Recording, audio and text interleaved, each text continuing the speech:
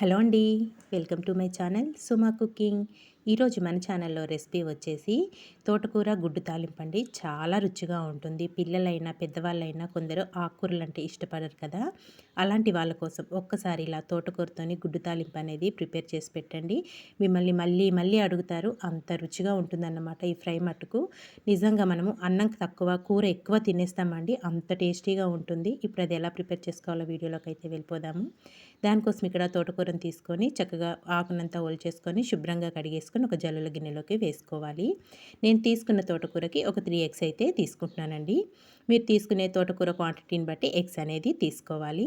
తర్వాత స్టవ్ పైన ఒక ప్యాన్ పెట్టేసుకొని కొద్దిగా ఆయిల్ వేసుకొని ఆయిల్ వేడయ్యాక దాంట్లోకి ఆవాలు, జీలకర్ర, కొద్దిగా కరివేపాకు వేసేసుకోవాలి.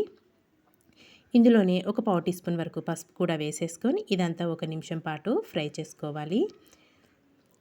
మనం వేసుకున్న జీలకర్ర, ఆవాలు, కరివేపాకు ఒక్క నిమిషం పాటు అలా ఫ్రై చేసేసుకోవాలి. ఇది కొంచెం ఫ్రై అయ్యాక ఇప్పుడు దీంట్లోకి వచ్చేసి సన్నగా కట్ చేసుకున్న ఉల్లిపాయ ముక్కలు, అలాగే ఒక 3 పచ్చిమిర్చిని చిన్న చిన్న ముక్కలుగా కట్ చేసుకొని వేసేసుకోవాలి. ఉల్లిపాయ, పచ్చిమిర్చి కూడా వేసుకొని ఇదంతా ఒక్కసారి బాగా మిక్స్ చేసేసుకోండి. ఇదంతా కలుపుకొని ఉల్లిపాయ ముక్కలు కొంచెం మెత్తబడేదాకా మగ్గించుకోవాలి. ఉల్లిపాయ ముక్కలు కొంచెం మెత్తబడ్డాక దీంట్లోకి ఒక టేబుల్ స్పూన్ వరకు అల్లం వెల్లుల్లి పేస్ట్ కూడా వేసేసుకొని అల్లం వెల్లుల్లి పేస్టు పచ్చివాసన పోయేదాకా ఫ్రై చేసుకోవాలి. చాలా అంటే చాలా టేస్టీగా ఉంటుందండి. ఆకుకూరలు తినడం వల్ల మన హెల్త్‌కి కూడా చాలా మంచిది కదా. తప్పకుండా అయితే ఒక్కసారి ఈ రెసిపీని ట్రై చేసి చూడండి. మిమ్మల్ని అయితే ఇంట్లో వాళ్ళందరూ మెచ్చుకుంటారు. అంత రుచిగా ఉంటుంది మరి ఆకుకూర తాలింపు అనేది. చూసారు కదా, ఉల్లిపాయ అంతా ఇలా బాగా ఫ్రై అయిపోయాక ఇదంతా కలుపుకొని దీంట్లోకి మనం శుభ్రంగా కడిగి పెట్టుకున్న తోటకూరనంతా వేసేసుకోవాలి. తోటకూర కానీ మనం ఏదన్నా ఆకుకూరలు తీసుకున్నప్పుడు ఎంత ఎక్కువ క్వాంటిటీలో తీసుకున్నా కానీ అది వేగిపోయి కొద్దిగానే అయిపోతుంది కదండీ. ఇక్కడ మనం కట్ చేసి శుభ్రంగా పెట్టుకున్న తోటకూరనంతా తాలింపులో వేసేసుకొని రుచికి సరిపడినంత సాల్ట్ వేసేసుకోవాలి. సాల్ట్ కూడా వేసేసుకొని ఇదంతా ఒక్కసారి బాగా మిక్స్ చేసేసుకుందాము. ఉప్పు వేసుకోవడం వల్ల మనకి తొందరగా మగ్గిపోతుంది ఆకుకూర అనేది. మనం కలుపుకునేటప్పుడు కల్లానే కొద్దిగా అయిపోతుంది చూడండి. చక్కగా తొందరగా మగ్గిపోతుంది మనకి. ఇదంతా తోటకూర అంతా చక్కగా ఉప్పు వేసుకున్నాం కదా, మొత్తంగా కలిపేసుకోవాలి. చూసారు కదా, ఇదంతా ఇలా కలుపుకొని మూత పెట్టేసుకొని చిన్న మంట మీద మగ్గించుకుందాము. ఈ లోపల ఒక ఖాళీ బౌల్ తీసుకొని ఇక్కడ నేను వచ్చేసి 3 ఎగ్స్ తీసుకున్నాను కదా, ఆ ఎగ్స్ని ఒక బౌల్లోకి అయితే పగలగొట్టేసుకోవాలి. ఈ 3 ఎగ్స్ని పగలగొట్టేసుకొని ఇదంతా బాగా బీట్ చేసేసుకోవాలండి. ఇదంతా ఇక్కడ బాగా బీట్ చేసుకోవాలి. ఇదంతా కలుపుకొని పక్కన పెట్టేసుకొని తోటకూరనైతే ఒక్కసారి కలుపుకుందాము. తోటకూర కూడా చక్కగా బాగా ఫ్రై అయిపోయింది.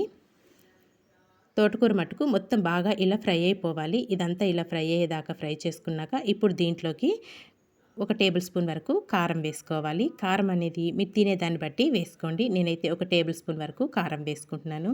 కారం కూడా వేసుకొని మళ్ళీ ఇదంతా ఒక్కసారి బాగా మిక్స్ చేసేసుకుందాము. కారం వేసుకున్నాక ఒక నిమిషం పాటు ఫ్రై చేసుకోండి. పచ్చివాసన అనేది పోతుంది మనకి కారం వేసుకున్నాం కదా.